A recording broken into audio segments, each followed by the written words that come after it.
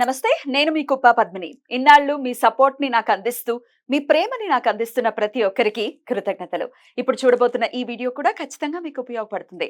Like, share and subscribe చేసి మీ ఇష్టాన్ని అలాగే మీ సపోర్ట్‌ని నాకందించండి. అలాగే ఈ వీడియో పట్ల మీ అభిప్రాయాన్ని కామెంట్ సెక్షన్‌లో కామెంట్ చేసి నాకు తెలియజేయండి.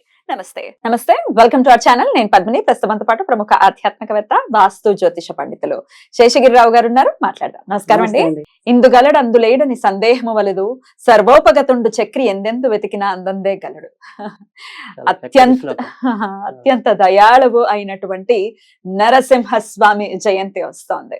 నరసింహస్వామి ఆ పేరు పలికితేనే ఒళ్ళంతా ఖచ్చితంగా పులకరించిపోతుంది. ఖచ్చితంగా అంటే చిన్న పిల్లవాడు వస్తాడు అన్న చెప్తే ఆయన రావటం ఏమిటండి విష్ణుమూర్తి యొక్క దయ, అపర దయాళు, అందులో ఎటువంటి సందేహం లేదు. స్వామి జయంతి రావటం నిజంగా వైశాఖ శుక్లపక్ష చతుర్దశి నాడు స్వామి జయంతిని జరుపుకోవటం అనేది మనకి తెలిసినటువంటి విషయమే. స్వామి ఆ రోజే ఆ సంధ్య వేళలో స్వామి ఆవిర్భవించారు అన్న విషయం మనందరికీ అవగతమే. మరి ఈ నరసింహ జయంతిని ఎలా జరుపుకోవచ్చు ఒక్కసారి మీరు? చాలా చక్కటి పద్యాన్ని అయితే మీరు ఉదాహరించారు.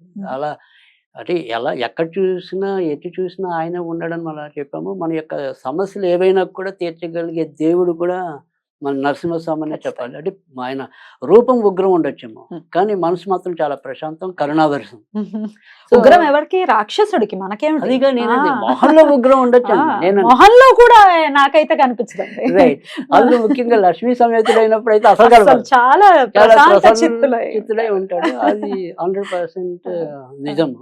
కానీ ఇక్కడ నేను చెప్పేది ఏంటంటే, ఇక్కడ మన నరసింహస్వామి అనేది ఎలా చూసినా మనకి చాలా మన దైనందికంగా ఎదుర్కొనే ప్రతి సమస్యకి కూడా ఆరాధించవలసిన తప్పనిసరి దైవం అయితే కనుక నేను నరసింహస్వామి అనే చెప్తాను ఖచ్చితంగా. ఎందుకంటే నరసింహస్వామి అనేది ఏంటంటే మనకి వచ్చేప్పటికి అప్పుల బాధలు లేని మనిషి ఉండడు ఇవాళ. సో సందు దొరికితే అందరూ కేట్ కాట్లు గీకేవాళ్ళే. తర్వాత బాధపడుతుండే. సో అందుకని ఇక్కడ అప్పుల బాధలు లేని మానవుడు ఉండటం అనేది, అంటే మన దేశాలకే ఉన్నాయిగా ఆ రకమైన. అందుకే నేను ఎప్పుడు కూడా చెప్తుంటాను, ఇప్పుడు ఓకే మన వ్యక్తిగతంగానే కాదు, సామాజికంగా ఇప్పుడు భజన ఏర్పాట్లు చేసే వాళ్ళు ఉంటారు, లేదా ఇళ్ళ దగ్గర ఒక 10 మంది కూడి ఏవైనా సరే లలిత సహస్రనామాలు, పారాయణం చేసే వాళ్ళు ఉంటారు. వాళ్ళందరికి కూడా నేను ఎప్పుడు ఇదే చెప్తుంటాను, మీరు అప్పుడప్పుడు ఈ నరసింహస్వామికి సంబంధించిన కూడా స్తోత్ర పారాయణలు కానీ, ముఖ్యంగా లక్ష్మీ నరసింహ కరావలంబ స్తోత్రం అనేది చాలా పవర్ఫుల్ అది. సో అలా ఆయనకి సంబంధించిన ఏమైనా సరే ఒక మంత్రము ఏదైనా సరే అలా నిరంతరం కొంతవరకు ఒక గంట అరగంట ఆయన్ని కూడా పలికితే సమాజం కూడా ఉద్ధరించబడుతుంది అనేది నా ప్రగాఢ నమ్మకం. అద్భుతం. సో ఇక్కడ వచ్చేప్పటికి ఏంటంటే సరే మనం వ్యక్తిగత జీవితానికి వచ్చేప్పటికి ఏంటంటే అప్పులకి సంబంధించినంత వరకు ఈయన ఖచ్చితంగా మంచి జరుగుతాడు. ఇప్పుడు ఎలాగైతే మన యొక్క దుష్ట శక్తుల యొక్క వీటికి ఒక గానగపూర్ అనేది ఎంత ప్రాముఖ్యత, అంతకన్నా ఎక్కువ నరసింహస్వామి యాక్చువల్గా. సో మనకి ఉండే గాలి ధూళి ఎలాంటి భయాలు ఉన్నా కూడా ఖచ్చితంగా పారదోలగలిగే దైవం అయితే కనుక, శక్తి సంపన్నుడైతే కనుక అది ఖచ్చితంగా నరసింహమూర్తి. అద్భుతం. సో తర్వాత రెండోది వచ్చేప్పటికి ఏంటంటే, ఇక్కడ మీరు మనం ఫిజికల్గా తీసుకుంటే కనుక ఆయన నరుడు సింహుడు కలిసిన రూపం. ఇలా మనుషులో కూడా అంతేగా ఒక ద్వంద్వ ప్రవృత్తి ఉంటుంది. కొంతమంది దుర్గుణాలు శివుడు, అక్కడ సింహం అనుకుంటే కనుక అసలు మనిషి స్వరూపం అనేది ఒకటి. సో ఈ రెండింటిని అదింపట్టగలిగే దేవుడు నరసింహస్వామి. అంటే మనని బ్యాలెన్సింగ్ చేయడం. రైట్. మనకి ఏమైనా బ్యాడ్ హ్యాబిట్స్ ఉన్నాయంటే పోగొట్టుకోవాలి స్వామిని ఆశ్రయం. రైట్. సో ముఖ్యంగా ఈ బ్యాడ్ హ్యాబిట్స్ వల్ల మనకు వచ్చే ఏవైతే వ్యాధులు ఉంటాయో ఆ వ్యాధులు కూడా తొలగటం అనేది, అంటే కొంతమందికి ధూమపానం వల్ల ఇబ్బందులు ఉంటాయి, కొంతవరకు మద్యపానం వల్ల ఇబ్బందులు ఉంటాయి. సో ఇలాంటి చెడు అలవాట్ల నుంచి కూడా బయట రప్పించగలిగే దేవుడు ఎవరైనా ఉన్నాడు అంటే ఖచ్చితంగా అది నరసింహస్వామి. సో ఆ నరసింహస్వామిని మనం ఖచ్చితంగా ఆరాధించాలి. సరే ఇప్పుడు ఎలా ఆరాధించాలనేది ముందు మనము చెప్పుకుంటే కనుక, ఇక్కడ మనకి చాలా మందికి తెలిసినది ఒకటి, అది కొద్దిగా కష్టం అందరూ కూడా ఉచ్చరించడం అనేది, అంటే మంత్రం అనేది, అంటే ఉగ్రం వీరం మహావిష్ణు జలంతం సర్వతోముఖం నృసింహం భీషణం భద్రం మృత్యుం నమామిహ అనేది. సరే ఇది వీళ్ళందరికీ తేలిక కాదు. వినొచ్చు. వినటం అనేది ఎప్పుడైనా మనకి చాలా చెప్పున్నది ఏంటంటే, అది శ్రవణం కీర్తనం ఇవన్నీ కూడా మన నవవేద భక్తి మార్గాల్లో ఒకటే కదా. ఇస్కాన్ వాళ్ళది ఒక వీడియో ఉంది, వాళ్ళు హోమం చేస్తూ ఆ అంటే పాటని ఇక్కడ చాలా ఇస్కాన్ లో సార్లు- ఏంటంటే ఖచ్చితంగా ఈ నరసింహస్వామిని కూడా వాళ్ళు ఎక్కువ ఆరాధిస్తారు. అంటే చాలా ఈ శ్రీకృష్ణుడిని వాళ్ళు ఎంత ఆరాధిస్తారో తర్వాత నరసింహస్వామి. ఆరాధించేది అయితే నరసింహస్వామి. మిగతా దేవుళ్ళకి అంత వెళ్ళరు వెళ్ళిన కానీ నరసింహస్వామిని బాగా నరసింహస్వామి చాలా But ఖచ్చితంగా. వాళ్ళు వాళ్ళు వామాలు కూడా శ్రావ్యంగా- బాగానే చేస్తారు వాళ్ళు. అవును పాడుతూ చేశారండి, చాలా బాగుంటుంది. అవును చాలా ఇప్పుడు మీరు బాగుంటుంది. చెప్పిన ఏదైతే Right. శ్లోకం ఉందో. అవును. ఉమ్. సో అది వినొచ్చు. నేను ఎన్నో ఏళ్ళ నుంచి సాధన చేస్తుంది ఆ మంత్రం అనేది. okay. సో అది తులసి మాలతో నేను చేయటం అనేది కూడా బ్యూటిఫుల్. జరుగుతుంది. సో ఇక్కడ ఏంటంటే నేను గమనించినంత వరకు కూడా అంటే ఓకే, ఎవరు నా అవసరాల వరకు నేను చేసుకునే విధానం వేరు ఉండొచ్చు. ఇంకోళ్ళ అవసరం అంటే ఇప్పుడు ఒకరికి డబ్బు బాధతో చేసుకోవచ్చు, ఒకళ్ళు రోగ బాధతో చేసుకోవచ్చు. సో నాకు మొదటి నుంచి కావాల్సింది ఏంటంటే ఎవరు కూడా నాతో శత్రుత్వం వహించకూడదు అనుకుంటాను నా వరకు నేను. ఓకే. ఎందుకంటే ఒక్కోసారి ఈ వృత్తికి సంబంధించిన విషయాల్లో కావచ్చు, ఇంకో విషయాల్లో కావచ్చు, మనకి ఎప్పుడైనా సరే ఎంతో కొంత అంతర్గత శత్రువులు అనే వాళ్ళు ఉంటారు. అంటే మనిషిని కొంగదీసేది సాధారణంగా ఈశా దేశాలే. అంటే మీ మీద నాకు జలసి ఉంది అంటే ఖచ్చితంగా అది నాకు ప్రాబ్లం అవుతుంది. కరెక్ట్. సో అందుకని ఈశ మీ మీద నాకు అలాంటివి ఏమీ రాకూడదు, నా మీద కూడా అవతల వాళ్ళకి రాకూడదు. కరెక్ట్. సో అంటే నాలో ఉండే ఈశా దేశాలు అనేది నశించాలి, అవతల వాళ్ళకి కూడా నా మీద అలాంటివి రాకూడదు అని ఒక నమ్మకంతో నేను చేసుకుంటూ రావటం అనేది జరిగింది. దానికి తగ్గట్టుగా నాకైతే ఇంతవరకు అయితే కొంతవరకు అది మంచి ఫలితం ఇవ్వటం అనేది జరిగింది. అలాగే నేను ఇంకా నా దగ్గరికి వచ్చే వాళ్ళకైతే కొంతమందికి ఆ రుణాలు ఏవైతే ఉన్నాయో బాగా ఇబ్బంది పడే వాళ్ళు ఎవరైతే ఉన్నారో వాళ్ళకి చెప్పి చేయొచ్చాను. వాళ్ళకి ఇచ్చిన మంత్రం మాత్రం ఏంటంటే ఇది సేమ్ మనకి వినాయకుడి దాంట్లో కనపడుతుంది, తర్వాత ఈయనకి కూడా కనపడుతుంది. నరసింహస్వామికి రుణ విమోచన నరసింహ స్తోత్రం అనేది ఉంటుంది. అలాగే సేమ్ గణపతికి కూడా ఉంటుంది రుణ విమోచన గణపతి స్తోత్రం అని. అలాగే మంత్రం కూడా సేమ్ ఉంటుంది, ఓం నమో భగవతే రుణం చింది చింది అని. ఇద్దరికి ఒకటే. అక్కడ గణపతి ఓం నమో భగవతే గణపతి రుణం చింది చింది అని ఉంటుంది, ఇక్కడ ఓం నమో భగవతే నరసింహ రుణం చింది చింది అని ఉంటుంది.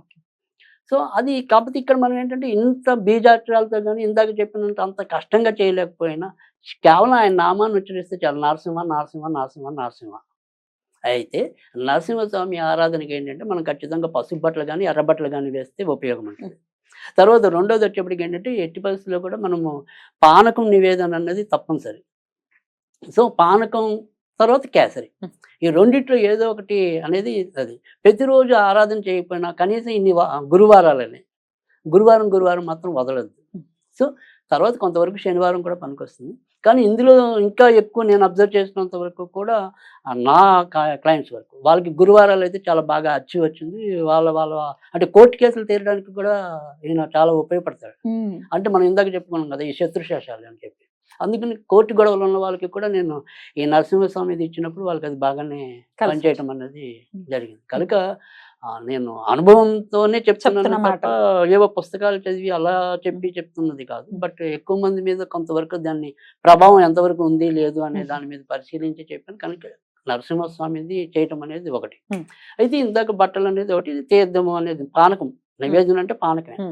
అది పెడితే కనుక ఖచ్చితంగా వీళ్ళకి సాధ్యమైనంత వరకు ఒక 40 రోజుల నుంచి 60 రోజులు, నేను ఏదైనా మండలం ఉంటాను కనీసం. సో ఆ మండలం అంటే 40 రోజులు. సో 40 రోజుల్లో కొన్ని మంచి మార్పులు అయితే రావడానికి అయితే ఉంటుంది. ఆ రకంగా నరసింహ అనుకోవటం లేదు. మన వేదిక్ స్విచ్ వర్డ్ కూడా ఇదే నరసింహ. వేదిక్ స్విచ్ వర్డ్ కాకుండా మామూలు స్విచ్ వర్డ్ అయితే కనుక అమేజింగ్ లైన్ పవర్.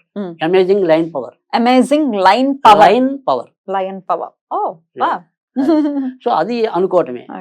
సో అది 2 నిమిషాలు ఖచ్చితంగా. సో అది ఖచ్చితంగా ఆ రకంగా కూడా చేసుకోవచ్చు.